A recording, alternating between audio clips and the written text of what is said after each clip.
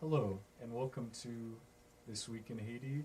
I'm your host, Joseph Mullen, and we're doing a new segment for each Wednesday when the paper premieres, which is the issue review. And as the name suggests, it's a bit of a double entendre. It's the issue review going through our physical copy of the paper itself, but it's also breaking down the issues through the headlines of each edition to tell you the most important news of the week as it's coming out on Wednesday.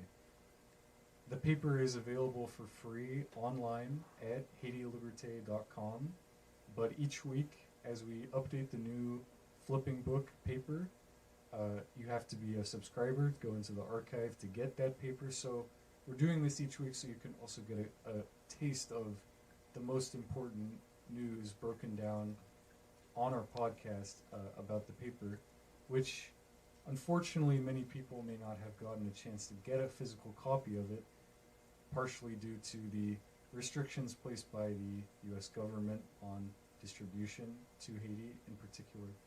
So we're going to begin breaking down the paper. We have our physical copy for the week, and as a last thought before I jump right in, this is a way of getting a glimpse of the smorgasbord of information that papers, physical copies can be, and thankfully having our 21st century technology to bring that straight to you. So we'll begin by breaking down our paper for the week, which was for the week of the 1st of October to the 7th of October.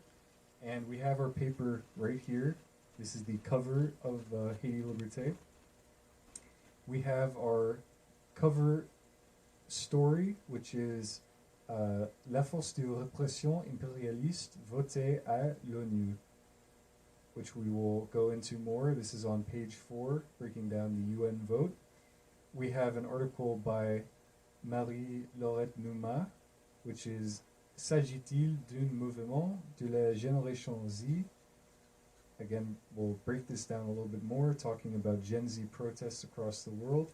And again, for those who haven't seen a copy of the paper, we may not go through this each different week having this side panel layout, but it is interesting and important to see how there is a small picture with a description and the headline of the articles of the week. For example, on page 6, Dimitri Vorb arrested in Miami. On page 7, progressive organizations rejecting the UN intervention. Page 9, the rushing of the gang suppression force, which we'll go more into. And the speech of Gustavo Petro, page 10. Page 17, Canadian postal workers going on strike. So you have a breakdown of the paper on the side. So to begin with our editorial of the week, this is by our director, Bertie Dupont. Our editorial for the week, the headline title is Y a-t-il une véritable guerre en Haïti? This is our next section, À travers Haïti, and the headline for the week is S'agit-il d'un mouvement de la génération Z? And I should mention as well that the paper is in HTML format online, so as I'm reading the French titles, I won't translate it too much, but you can do so if you'd like, using the HTML format to go translate the articles, which are in French.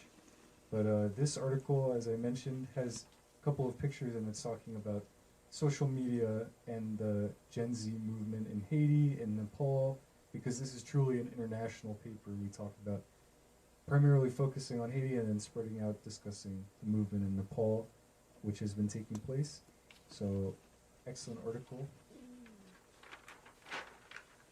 Continuing in our section, À travers Haïti, we have really the headline story for the week and the critical news with respect to Haiti for the week, which is the forcing through of a gang suppression force resolution. I will break that down more in This Week in Haiti, the English section of the paper, but we have the French headline, which is, as I read, La force de répression impérialiste votée à l'ONU. And this is the article by Kim Ives for the week, which I will discuss in the English section this week in Haiti. We always have a section which is discussing the news in the Dominican Republic because it's very important, even though the island of Hispaniola was divided by the imperialists and the colonialists, it is still an integral part of the liberation struggle in Haiti. So we have the section which is À travers la République Dominicaine, and the headline article for the week from the Dominican Republic is Le pillage de Senasa montre que la véritable fardeau pour la santé publique est ce gouvernement voleur. We also have in this section as well the speech of Benjamin Netanyahu, who was boycotted by many delegates at the United Nations, and the headline article is unfortunately implicating the Dominican Republic as not one of those governments that boycotted. And the headline is Le gouvernement dominicain était l'un des complices de Netanyahu à l'ONU. We have a section in Creole each week entitled the Chronique Creole, and this section, the articles are in Creole for Creole readers. This week's articles, the first article of the week, there's a picture of the lawyer Albert Joseph, and the headline is Avocat Albert Joseph assassiné. There's another article about New York City Mayor Eric Adams ending his campaign for the mayoralty. He ended his campaign this week, and the title is Eric Adams retire candidature pour un autre mandat. There's an article, bit of poetry and philosophical discussion of which the title is Philosophie. There is an article discussing the arrest of Dimitri Vorb, and there's a picture of him as well under arrest. Dimitri Vorb, arrêté Miami. And we have finally more poetry as well, which is Nous c'est travailler.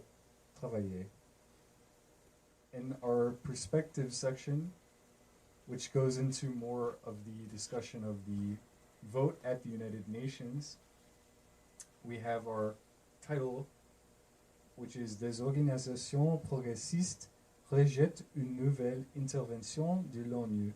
And this is talking about the organization Contre Peuple, which is protesting and rejecting the UN intervention, which is impending as of this week.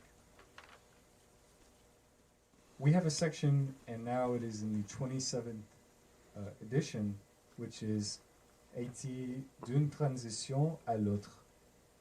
This section, which is done by the author Catherine Charlemagne, talks about the continued transition and the continued stillborn transition, or continued corruption of the transition in Haiti. And so this article, the 27th edition for this continuing series, is 7 février 2026 en perspective, l'option corps de cassation refait surface. And we have, and I should say before we continue that this is the Corps de Cassation, the body like the Supreme Court, which constitutionally should be handling these matters. And I think readers will enjoy this article by Catherine Charlemagne, breaking down more of the nitty-gritty of the transition in Haiti, details that you won't really find in Western media. There's a lot of very important information in here, which is really well done. And as you can see, these are long articles. It's the 27th edition, and these are really good to break down the quote-unquote transition and all the corruption that is entailed. So we have our English section, the title of which this section gives the name for our podcast, This Week in Haiti. And this is, in this English section, talking about really, again, the critical news for this week. The UN rushes its gang suppression force, in quotation marks, gang suppression force, through the UN Security Council, despite protests and warnings from Russia and China. And this article is by Kim Ives. this article really talks about how this gang suppression force, as they are calling it, we've discussed this in our other editions of the podcast, but I'm going to read the first couple of sentences of this article just so audio listeners, video listeners, if you're listening while perhaps you're doing other chores, you really take a second to hear what's going on after this was passed. There's no other crisis that's bigger in the Western Hemisphere than this one in Haiti, said U.S. Charge d'Affaires Henry Worcester in a September 22nd, 2025 press conference in New York on the margins of the United Nations Annual General Assembly. Washington has a lot riding on its new, quote, gang suppression force, which it proposed to the UN Security Council on August 28th to replace the multinational security support mission, whose mandate ends on October 2nd, tomorrow. To start with, the GSF aims to have 5,500 troops, both soldiers and police, rather than the MSS's 1,000 police officers. 5,500 troops, that's what the United States has proposed in its new imperialist intervention force to go to Haiti, which, as I can only reiterate, threatens to turn Haiti into another Gaza, because that level of deployment of foreign forces really hasn't been seen since 1915, 1934, the last U.S. Boots on the ground occupations which fought the Keko resistance of freedom fighters. And again, can only reiterate as we're just going through the paper that this is really a critical moment because of the volume of force that the U.S. is proposing to go into Haiti. I'll just add that there were U.S. troops in 94 and 2004 too. Right. So, again, a critical, real, serious possibility of devastation, for lack of a better word. But again, if you would like to read that article in full, you can go through. You can also see the resistance, which is very critical to highlight. Resistance protest, which was held by Black Alliance for Peace, the Haiti and the Caribbean organizing contingent, had a protest outside the UN, and we have a picture of that as well. We had attendees go to that protest to show that this massive force, there is a counterbalance to them. And so the article continues and breaks down, as we've said in past episodes, just the criminality of the U.S. leading this proposal. Our centerfold for the week. This article is broken across 2 pages, and it is really, this week, it is a breakdown. Usually the centerfold for each week is an international article of some sort, and this one is very much related to Haiti, but it's taking a critical lens on the speech of Gustavo Petro. So the headline for the article is Discours du président colombien Gustavo Petro à l'ONU. And this speech, if listeners hadn't gotten a chance to watch it, is very good. It's rhetoric, very impactful. Gustavo Petro trying to walk a fine line between the status that many nations in the global south are delegated to have and forced to have, which is satellite comprador states and the semi-periphery, but at the same time trying to show solidarity, in particular with Palestine, trying to show solidarity more so, with other surrounding nations, Venezuela and Haiti in particular. And Gustavo Petro, as the recently elected leader who was formerly a member of the resistance movements in Colombia to U.S. imperialism, has taken a very strong line with his rhetoric invoking Mao Zedong, and pushing back on the narratives that the United States is pushing. One, for example, which is that that they try to push this all the time, that Venezuela, Colombia, that these are narco states, that these are drug trafficking states. And Gustavo Petro took a very firm stance against that, saying, well, who really is, the world's largest narco state? But also that the rhetoric of Trump in particular, to justify the strikes against Venezuela, that has to be condemned in full force. And so Gustavo Petro has made a very powerful intervention at the UN. It's worth getting a watch, if you can, amongst all the other speeches which were made by Niger, by Mali, by Burkina Faso. So that's our centerfold article. In the perspective section, we have an article discussing NATO and the continued NATO tactics for building up pressure and continuing to encroach on Russia in particular, but in general expanding a global NATO to really have a presence all over the world. So the title for the article is Faire échec aux guerres de l'OTAN pour maintenir l'hégémonie impérialiste. We have the picture for this article showing the flags of Poland, America, the United Kingdom, France, and Croatia, and just some of the nations which have formed this imperialist coalition to continue to expand European hegemony and conquest throughout the world. So that article definitely worth checking out.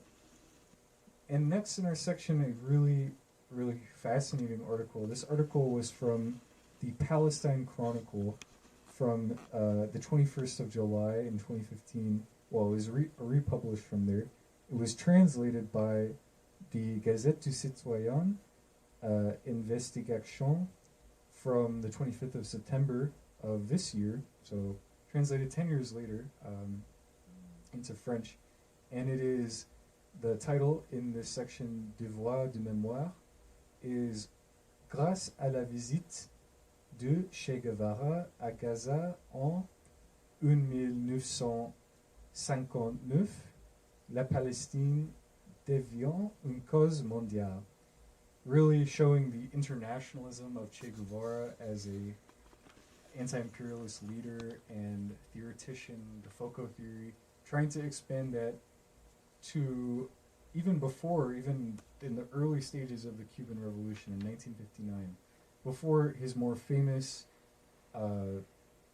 solidarity missions in the Congo and in Bolivia, his visit to Gaza in 1959, and how Palestine became a global cause. And some of these pictures are incredible to look at. Che with Nasser, shaking hands, Che meeting various delegates of the Palestinian resistance movement. So really showing how Palestine was central to Cuba from the very beginning, that Cuba has been a key supporter of Palestine, and also that Che in particular, as the embodiment of the new man spirit and ethos, would lead these international solidarity missions, as said in the Congo, but that he began his internationalism, like in the Motorcycle Diaries, with Palestine, one of the most important visits that he made. So that article, worth checking out. Continuing in our perspective section, this is our section that covers a lot of important issues across the world. We have L'effronterie des mensonges de Trump. And you can see by the picture here Trump's continuing lies and talking about giving himself the Nobel Peace Prize and denying climate change, for example. So usually we don't overly fixate on American news, but of course Trump, he made his speech at the UN and continued to lie about Venezuela, continued to lie about Haiti, of course. Nothing new from Trump, but worth checking out. This article is by Claudia Arunda. Worth checking out there. And this article comes to us from translation from Spanish, Ginette Baudelaire from Presenza News. Next in the perspective section, we have Les États-Unis ont révoqué le visa de Petro. This, we were just discussing Petro's intervention at the UN, and this is for those who don't know French, who may be English listeners who are just tuning in to this. I will translate this one. Simply put, the U.S. revoked the visa of Petro after his intervention, and it's interesting that In this picture for the article, Gustavo Petro, president of Colombia, has the keffiyeh on.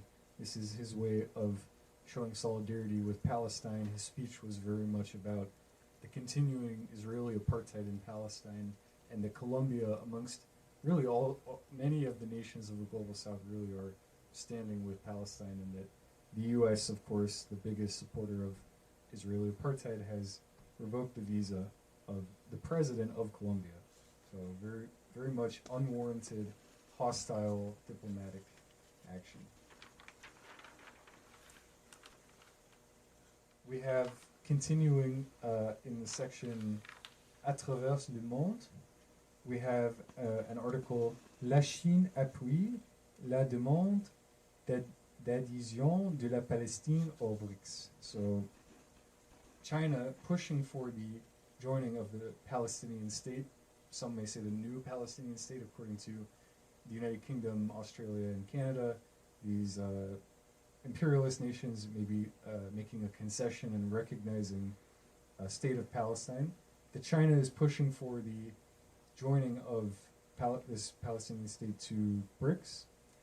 And of course, across the world, a story that's very important to focus on, États du Sahel, le Mali, le Burkina Faso et le Niger se retirent de l'accord pénal international, leaving the International Criminal Court. And a very important read from Al-Mayadeen from 2021. This is an important article worth reading, continuing to follow the events in the Sahel, which are critically related to Haiti. This article from across the world, Les travailleurs du Poste Canada en grève nationale, and that article is from Aporia. This is news from September of this year, so breaking news right now from Canada. We have a headline discussing the story of Maduro. Maduro, nous gagnons la bataille pour la vérité, from RT News from Russia. And worth checking out, Maduro continuing to seek truth, really, because the U.S. lies so frequently about Venezuela, that Maduro and that these nations are leading the struggle for truth. And as Fidel Castro said many times, the struggle for an alternative sovereignty for the global south, which is very important. And we have an article, really some very sad news from this week that occurred, and is of course critically related to Haiti as well. Décès à Cuba de la révolutionnaire Assata Shakur, figure clé du mouvement de libération afro-américaine aux États-Unis. The death of Assata Shakur, just very tragic news. Unfortunately, just not much more to say than that. As tragic news, because she was such a beloved figure and was forced to live in exile in Cuba. She wasn't even allowed to, and I don't know off the top of my head, for example, whether she was allowed to see her daughter, who has been separated from her for a long time because of the U.S. Criminal policy towards her, forcing her to live in exile in Cuba, but at the same time the solidarity of Cuba to help her escape from the catchers of the United States and the constant warrants and belligerence that the U.S. imposed against her. So just very tragic news. And that is the final headline for the week. We have some of our ads for the week posted on the final page. But thank you for tuning in for this issue review on Wednesday, October 1st, for our issue of the week. We'll be back each Wednesday breaking down each issue, talking more in depth about the headlines and giving you a behind-the-scenes look at the real issues for the week, from Haiti to the entire world. I've been your host, and see you next time.